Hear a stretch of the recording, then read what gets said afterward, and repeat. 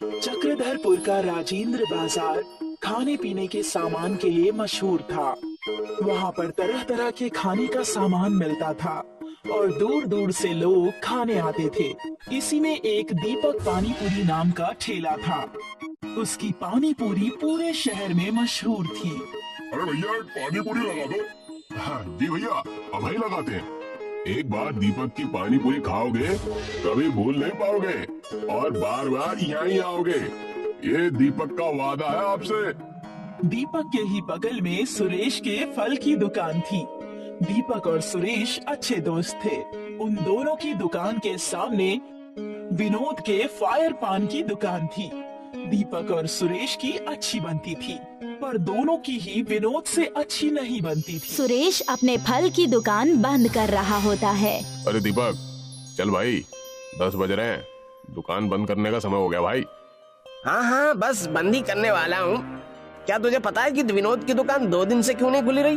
अरे मुझे क्या शौक है कि मैं विनोद के बारे में पता करता रहूं? हाँ? गया होगा कहीं शिमला मनाली घूमने, फेसबुक पर उसकी पोस्ट नहीं देखता।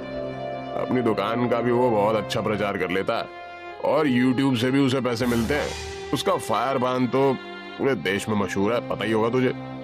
हाँ भाई ये तो सही बात है। हम तो ऐसा कर भी नहीं सकते। हमारी तरह फल वाले तो देश में लाखों हैं।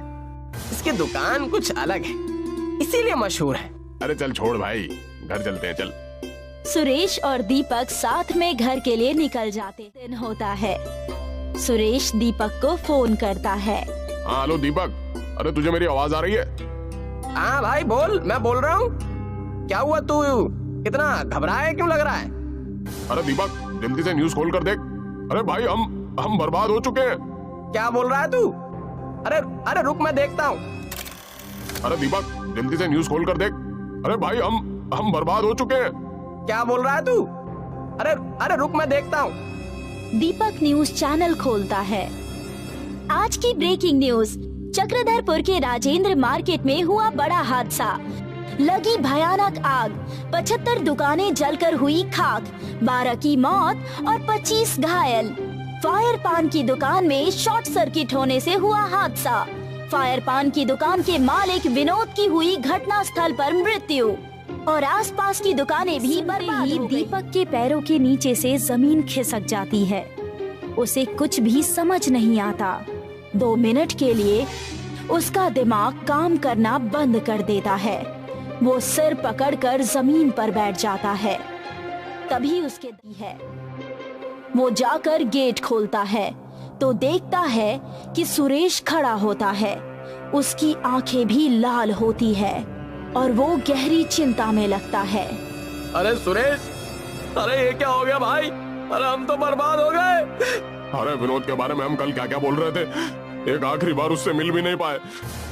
दीपक और सुरेश एक दूसरे को पकड़कर रोने लगते हैं।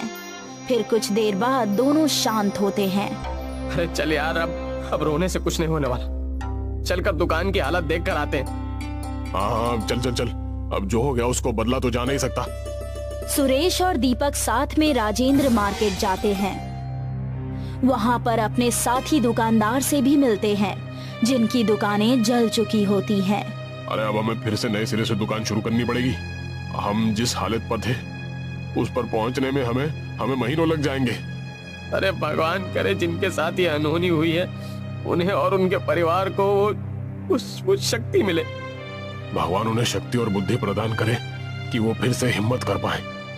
दीपक और सुरेश अपनी दुकान फिर से बनाने में लग जाते हैं। उनके सामने ही विनोद की दुकान जली पड़ी होती है। विनोद के परिवार वाले एक बार उनकी दुकान को देखने आते हैं और उसकी पत्नी बहुत रो रही होती है।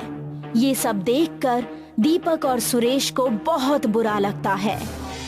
यार जब भी मेरी नजर विनोद की जली दुकान पर पड़ती है तो मुझे उसकी याद आ जाती और बहुत दुख होता। उसकी फायर पान की दुकान कितनी फेमस थी। वो पहला था जिसने ये फायर पान शुरू किया था। हमें उसकी याद में कुछ करना चाहिए। अरे लेकिन हम उसके लिए क्या कर सकते हैं? दीपक और सुरेश की दुकान धीरे धीरे लाइन पर आने लगती है। दीपक और सुरेश रोज विनोद की दुकान देखते हैं और उन्हें बहुत दुख होता है। फिर एक दिन दीपक को एक आइडिया आता है।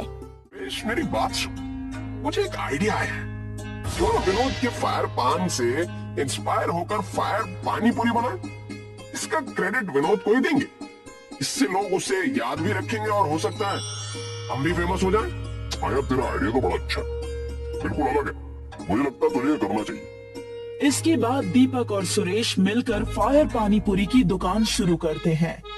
उसमें एक बड़ा सा पोस्टर लगाते हैं जिसमें विनोद के बारे में लिखा होता है और उसे ट्रिब्यूट दिया होता है।